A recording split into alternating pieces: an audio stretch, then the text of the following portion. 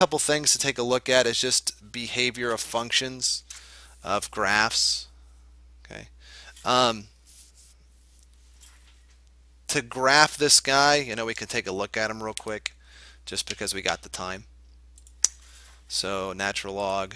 So actually here, let's do this nice and pretty on the computer. Um, y equals ln of x squared plus 1.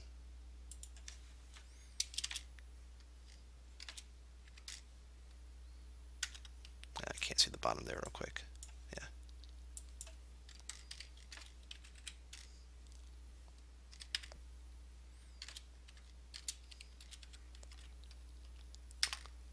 So here's what the graph looks like. Okay. So just to get a quick kind of look there. So it's got this guy going on there. So it looks like it's going up forever to the right, and from the left it's coming down, and there's a minimum there at 0, 0. But let's see if we can get that. So in order to find our increasing or decreasing, we have to do the first derivative. Okay. So f prime of x is going to be 1 over x squared plus 1 times the derivative of the inside, which is 2x. Okay. So f prime of x is 2x over x squared plus 1. Now, if we're looking for max and mins purely, what I got to look for is, first of all, where this guy equals 0 and if he's undefined. 0 is easy. It's when x is 0 because it's the only way I can make that numerator 0. But I also have to worry about the denominator being undefined, which is no problem because x squared plus 1 can't equal 0. That's not even possible. It can't even be negative. It's going to be positive the whole time. So the only thing I have to look for is at 0. So I'll plug numbers left of 0 in, and if I do that, I have a negative over a positive, so it's negative over here. If I plug numbers right of 0 in, it's a positive over a positive, so it's positive there. So this is the first derivative test. Okay. Now here comes the painful part to this problem. It's doing the second derivative to look for concavity and inflection points if there are any. So I'm going to have to do, I could try to do the product rule, but it's going to be a pain in the neck. I'm just going to do the quotient rule. So f double prime of x is derivative of the top, which is 2, times the bottom, minus the top times the derivative of the bottom, all over the bottom squared. Okay. This really isn't that bad. It looks uglier than it really is. What I want to look for, though, is there any way to make the numerator 0 or the denominator undefined, which is also 0. So if I simplify the top, I get 2x squared plus 2 minus 4x squared, which is really 2x squared minus, negative 2x squared minus 2 when I combine the like terms. Set that equal to 0.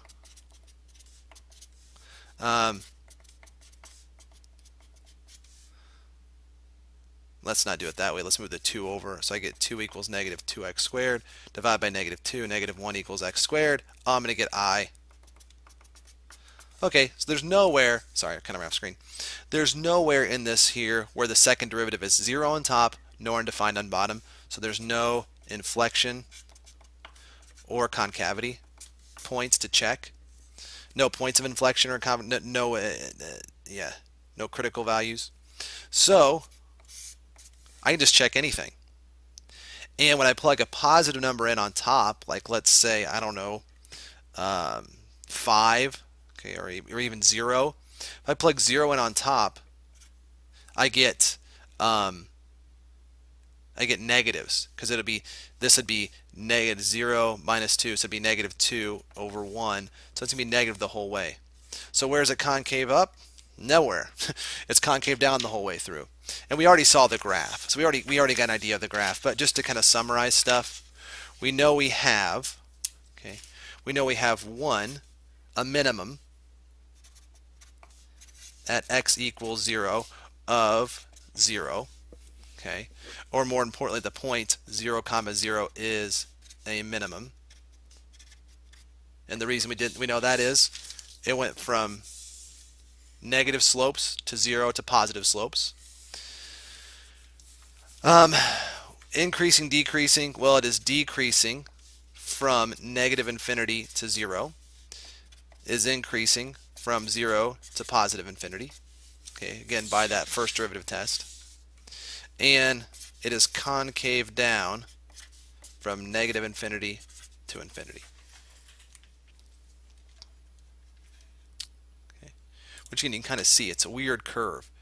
Um, yeah. It looks like it switches concavity, but it never does. Okay. All right, now the last problem that I'm going to look at like this is x ln x. Okay.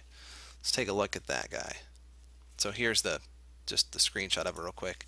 F of x equals x ln x. So view algebra.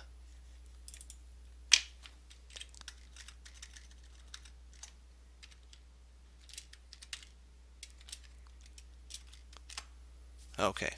So here we clearly have some undefined business going on, which is understandable, because remember, the natural log graph is undefined at x equals 0. It gets a vertical asymptote, and you can see here it's happening, same kind of thing. So if I do f of 0, call it, I don't know, call it b, invalid. Okay, it's undefined. Okay. Yeah, see, undefined. It's 0 times undefined, that's why. So let's take a look then. So we know from the beginning, to begin with, if I go to the equation to this, okay, domain x is greater than 0, which also I can't, because I can't have undefined there. So first thing we look at is first derivative. Okay. Now in order to do the first derivative, I'm going to have to do the product rule. Derivative of the first is 1 times the second plus the first times the derivative of the second, which is 1 over x. Okay. So f prime of x equals ln x plus 1. Okay. So let's set this equal to 0 to see if we can find a value there. I get ln x plus 1. Subtract negative 1. Subtract 1. Okay, when is natural log of x equal to negative 1? Well, in order to solve for that, do e to both sides. E to the negative 1 equals x. So x equals e to the negative 1, sorry, positive e to the negative 1. That's my x value for this, which, if I go to the graph here, if you don't remember how to do all that stuff, I'll do f of e to the negative 1. Okay. Oh, here I need to do e to the negative 1, e to the negative 1.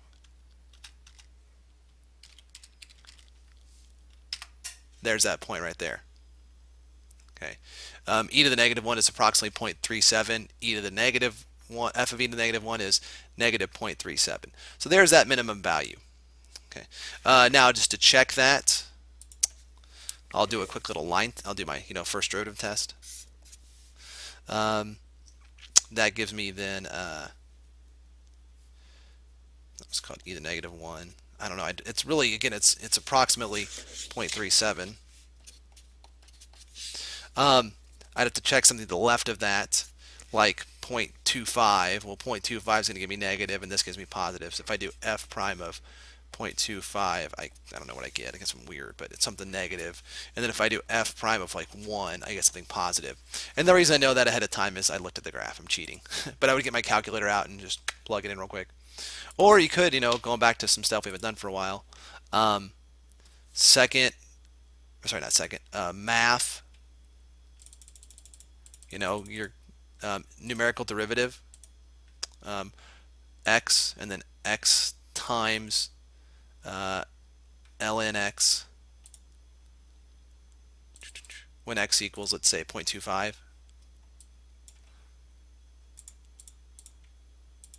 It's negative, okay? And then second entry, I don't know, 0.5. That's afterwards. It's positive. Okay. So we have that. That's taken care of for us. So we know we have a minimum. We also, I haven't figured out if it's 0.37 or something like that, or more importantly, it'd be, oh, well, it's easy. Actually, if I do that real quick, f of e to the negative 1 is e to the negative 1 times natural log of e to the negative 1. Okay.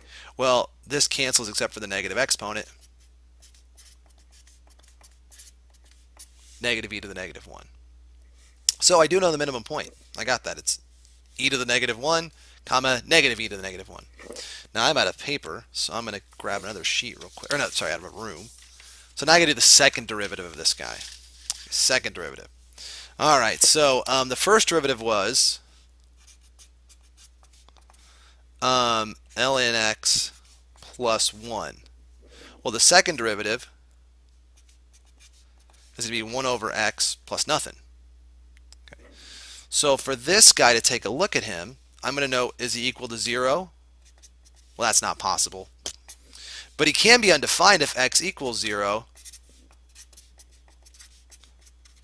Well, the problem with it is we'd established in the very beginning, domain-wise, oh wait, x has to be greater than 0 because this would be undefined here. So I throw that out. I can't work with it. So there's nothing to check again, and I check anything other after 0, like 1. Well, 1 over 1 is positive. So this guy is concave up from 0 to infinity. So 1, we have a min, and it's actually an absolute min. At x equals e to the negative 1 of negative e to the negative 1, or we could say min is e to the negative 1 comma negative e to the negative 1. And again, you could check that in the calculator. It's 0.37 and negative 0.37. 2, we are decreasing from 0 to e to the negative 1. And then we are increasing from e to the negative 1 to infinity. And then 3, we are concave up from 0, to infinity. Okay. And then the homework that I gave you guys in class, but just to show it to you again, 37 through 40 all, 42 through 46 even. All right.